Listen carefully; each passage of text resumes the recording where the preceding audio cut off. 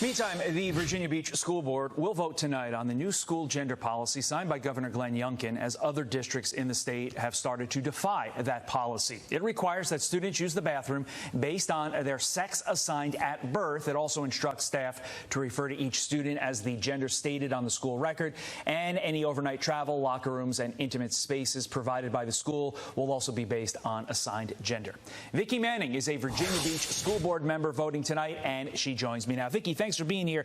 To me, there are two things at issue as I see it. The policy itself, which upholds parental rights in their entirety, and why tonight's meeting is behind closed doors. Let's start with the policy. What is there to ultimately discuss and vote on? This is the law of the state of Virginia. It's not a suggestion.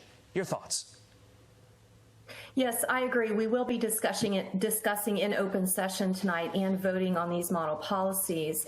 And it is the law. And I believe that our superintendent should have already implemented these policies, and he has not. So I'm bringing forward a resolution that will direct the superintendent to implement the model policies as they're written, because we do need to follow the law. You basically provided an alternative, a sample response. And if I could go on the text to that, it reads as follows. As a school, we will do everything we can to affirm you, meaning the transgender student, by using your requested name and or pronouns. However, when we communicate with your parents/guardians, we will use the name and pronouns used by your parents and guardians. That seems like a great compromise, respecting both the child and the rights of the parents. Isn't anything less really an attempt to keep parents from exercising their rights as parents?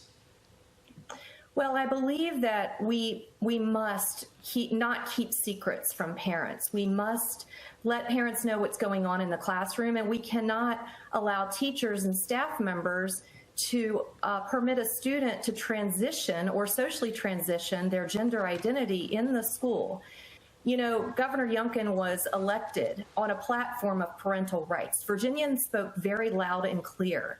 And thanks to that, we now have a new set of model policies that will protect parents' rights. Governor Glenn Youngkin also weighed in with more. Listen. This is common sense. We are very straightforwardly saying that first, parents are in charge of their children's lives. The kids don't belong to the state. They belong to parents and to families, and they have the ultimate say in decisions that that child is going to make with a parent, not with a bureaucrat. A number of trans kids spoke out, Vicki, and they basically said, look, why should parents have a right to tell me that I'm not trans? I don't necessarily think that that is what Governor Glenn Youngkin is saying here. As a parent, I view this as, how dangerous is it to keep parents in the dark, considering a child going through gender dysmorphia? If they're going through that, they're probably going through some other things that as a parent I want to know about so I can take care of them. Your thoughts? Yeah, absolutely. Parents love their children. A parent is going to love their children more than any school employee. And parents need to be involved in these important decisions of these children who are very confused, and they need to walk them through that process.